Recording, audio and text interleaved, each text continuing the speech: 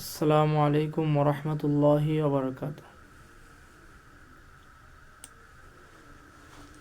আশা করি সকলেই আল্লাহর রহমতে ভালো আছো।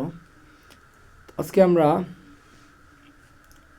ফেইলে মাজি এর পরিচয় ও প্রকারভেদ নিয়ে কথা বলবো, অর্থাৎ ফেইলে মাজি কত প্রকার এবং এর পরিচয় নিয়ে কথা বলবো। তো বিগত ক্লাসে আমরা 10 নং অর্থাৎ আমাদের যে পাঠ্যপুস্তক যে সিলেবাস আছে, বই আছে, ওই বইয়ে আমরা 10 নং পর্যন্ত ফেল এর কর্তা এবং ক্রিয়া এগুলো আমরা জেনেছিলাম। তো এখন আমরা 11 নং সবক থেকে ইনশাল্লাহ আমরা পড়ব। তো দেখো,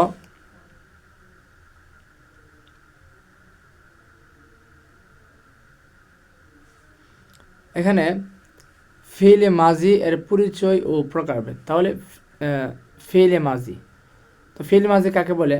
যে ফেল দ্বারা অতীতকালে কোনো কাজ সংগঠিত হওয়া বা করা বোঝায় তাকে ফেলে মাজি বলে। তাহলে অতীতকালে কোনো কাজ করা হয়েছে অথবা সংগঠিত হয়েছে, এরকম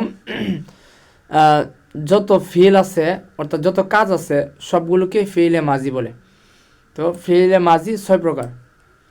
1. মাজি মুতলক, মাজি করিব, মাজি বাইদ, মাজি ইস্তিমরারি, মাজি ইহতিমালি, মাজি তামান্নাই। তো দেখো, এটা হচ্ছে আরবি, অর্থাৎ এখানে এই যে মাজি দ্বারা বোঝাই, অর্থাৎ মাজি অর্থ অতীত, আর মুতলক মাজি মুতলক এবং মাজি করিব, মাজি বাইদ, মাজি ইস্তিমরারি, মাজি ইহতেমালি, মাজি তামান্না। একটা কথা বলে রাখা দরকার যে দেখো, আমাদের ভারতবর্ষে, ভারত উপমহাদেশের মধ্যে আমরা আমাদের উস্তাদরা আমাদেরকে এই 6 প্রকার আমাদেরকে শিক্ষা দেন বা পড়ান, কিন্তু আমরা যতটুকু হুজুরের কাছ থেকে শুনছি বা জানতে পারছি, তো আরব দেশের মধ্যে শুধু এই প্রকারটা মাজি মুতলক, এটার উপর তারা গুরুত্ব দেয় বেশি, এবং তারা যত আরবি সাহিত্য বা বিভিন্ন পুস্তকের মধ্যে লেখেন, তো এই মাজি মুতলকটাকে তারা গুরুত্ব দেয় বেশি। তো আজকে আমরা এখানে আমাদের, যেহেতু আমরা প্রাথমিকভাবে আমরা এগুলো জানতেছি, এই জন্য আমাদের 6 প্রকার জানার কোনো আসলে বর্তমানে কোনো দরকার নেই। শুধু আমরা যে 6 প্রকারের নাম আছে, যে মাজি মুতলক, মাজি করিব, মাজি বাইদ, মাজি ইস্তিমরারি, মাজি ইহতিমালি, তারপর মাজি তামান্নাই, যদি আমরা কোনো সময় শুনি যে মাজি করিব অথবা মাজি বাইদ, মাজি ইস্তিমরারি, তাহলে যেন বুঝতে পারি যে হ্যাঁ, এগুলো মাজি নামক, অর্থাৎ এই নামে মাজির একটা প্রকার আছে, এটা যেন বুঝতে পারি। যে এই জন্য তোমাদের সামনে আমি 6টা প্রকার উপস্থাপন করলাম। আর মূলত আমাদের সবচেয়ে বেশি আলোচনা হয় সেটা হচ্ছে মাজি মুতলক, এই জন্য আমাদের গুরুত্বটা সবচেয়ে বেশি এই মাজি মুতলকের উপর দিতে হবে। তাহলে আমরা জানলাম, আমাদেরকে যদি কেউ জিজ্ঞাসা করে যে ফেইলে মাজি কত প্রকার, আমরা অবশ্যই বলবো যে ফেইলে মাজি 6 প্রকার। তার মধ্যে একটা হচ্ছে মাজি মুতলক, যেটা অতীতকাল, এবং ফেইলে মাজি অর্থ হচ্ছে অতীতকালের কোনো কাজ করা বা হওয়া বোঝায়। আশা করি তোমরা বুঝতে পারছো। তো এখানে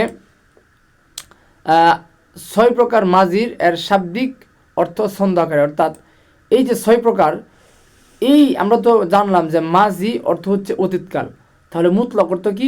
মুতলক হচ্ছে সাধারণ, তাহলে মাজি মুতলক অর্থ কি? সাধারণ অতীতকাল। তারপর করিব অর্থ কি? নিকটবর্তী, নিকটবর্তী। আর মাজি অর্থ কি? নিকটবর্তী, মাঝি অর্থ অতীতকাল, তাহলে মাঝি করিব অর্থ নিকটবর্তী অতীতকাল। ঠিক তদ্রূপ বাইদ অর্থ দূরবর্তী, ইস্তিমরারি অর্থ অতীতে চলমান, ইহতেমালি অর্থ সম্ভাবনা, তামান্নাই অর্থ আকাঙ্ক্ষা। অর্থাৎ এর শুরুতে যদি আমরা মাঝি লাগাই প্রত্যেকটা, এটা শুরুতে, তারপর বাইদের শুরুতে, তারপর ইহতেমালি শুরুতে, করিবের শুরুতে, ইস্তিমরারি শুরুতে, তামান্নাই শুরুতে যদি আমরা মাঝি লাগাই, তাহলে অর্থটা এরকম দাঁড়াবে যে মাজি মুতলক সাধারণ অতীতকাল, মাজি বাইদ দূরবর্তী অতীতকাল, মাজি ইহতিমালি সম্ভাবনা অতীতকাল, মাজি করিব নিকটবর্তী অতীতকাল, তারপর মাজি ইস্তিমরারি অতীতে চলমান এরকম মানে সূচক আর কি, এরকম কোনো শব্দকে বোঝায়, অর্থাৎ অতীতে চলমান ছিল এরকম অতীতকে বোঝায়। তারপর মাঝি তামান্নাই আকাঙ্ক্ষা সূচক অতীত। তো আমরা আশা করি তোমরা বুঝতে পারছো।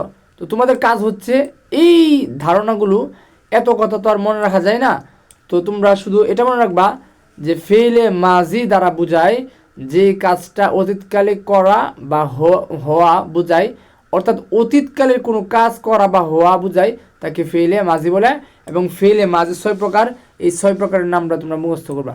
তারপর এই যে মাঝি মুতলক, এগুলো এখানে মুখস্থ করার আশা আমি মনে করি কোনো দরকার নেই।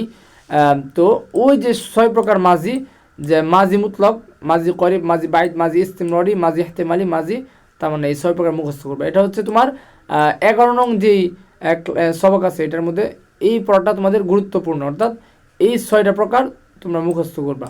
তারপর আমরা 12 নং আসি।